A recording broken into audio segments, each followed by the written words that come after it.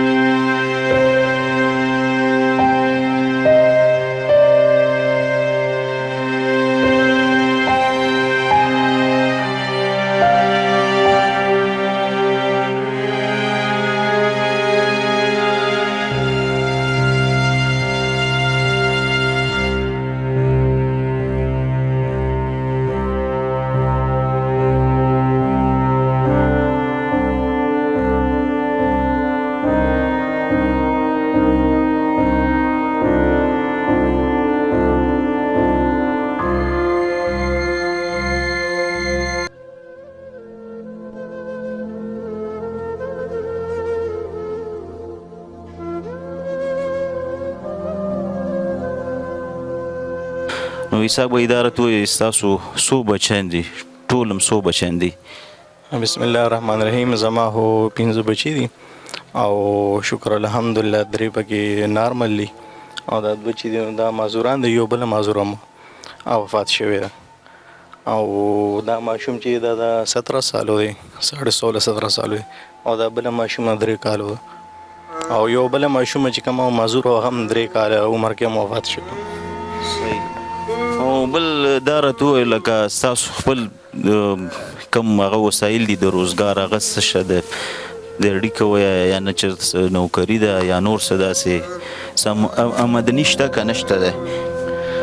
نو زه خو شکر الحمدلله په خپله باندې کپړې هم ګنډم خو په دې پېښور میډیکل سنټر کې چې نو یو سکیورټي ګارډ یم او بس په هغې باندې خپل وخت شکر دی خو خپلې بس تېرېږي خو چونکې دا ماشومان بیماران دي نو د دوی لږ دغه زیات دي نو شکر دی داسې چېرته خو زما دغه ضرورت نه راغلی او تاسو زما نه بار بار راغلی یم هله مخکې هم راغلي اوس بیا راغلی الله یې تاسو له دې اجر درکړي.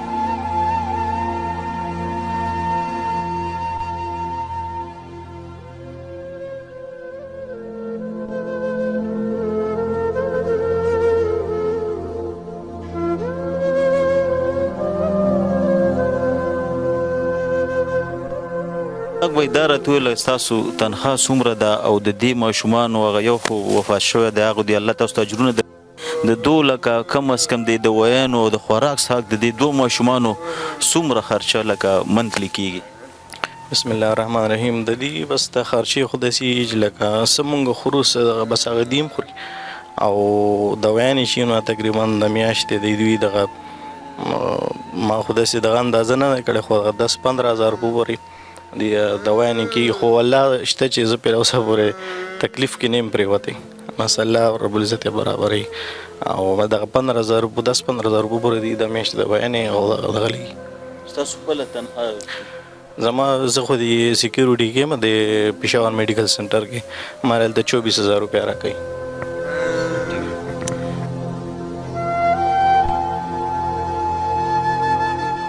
دا تاسو ته اندازه وشوه چې د 24,000 روپۍ دغه تنخواه ده او 15-16-10,000 کم از کم په 2 خوراک څه او میډیسن لګي نو دې سره خپل پوره تعاون وکړئ. الله به مونږ او تاسو ته الله به دې ډېرې زیاتې بدلې اجرونه او سکون راکړي.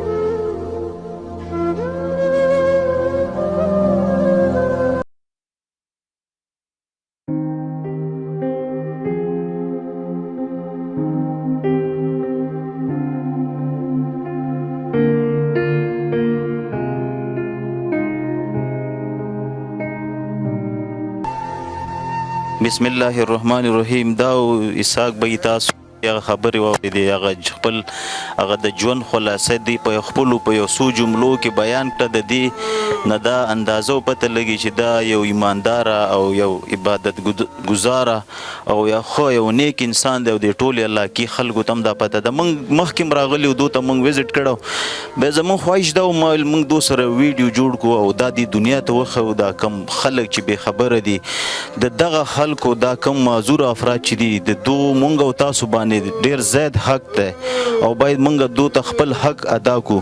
نو زما ټول هغه ویلفیر ارګنایزیشن، ویلفیر فاونډیشن او څومره په دې معاشره کې په دې سوسایټي کې چې څومره فلاحي کار خلک کوي، نو دغه خلک تاسو ځان سره رجسټر کوي. تاسو چې کوم عید پیکیج وکاږئ، تاسو کوم رمضان پیکیج وکاږئ او دې نه علاوه تاسو ته ډونر څومره ډونیشن کوي، نو دغه خلکو په موږ او تاسو باندې حق دی.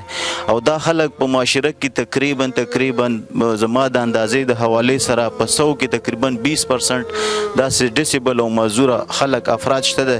نو دا خپل ډونیشن کې، خپل پیکیج کې، خپل کم ستاسو د زندګۍ کوم خوشحالي دغه دو کې مې راوي او دوی مونږ او تاسو باندې حق ته. الله دې نه کې، الله دې نه کې دا حالات په مونږ او تاسو تم راتللی شي را باندې. مونږ دې الله دغه سي بیماران او دغه سي هغې نه دی الله مونږ وساتي او الله دې دو ته پوره اجرونه ورکړي.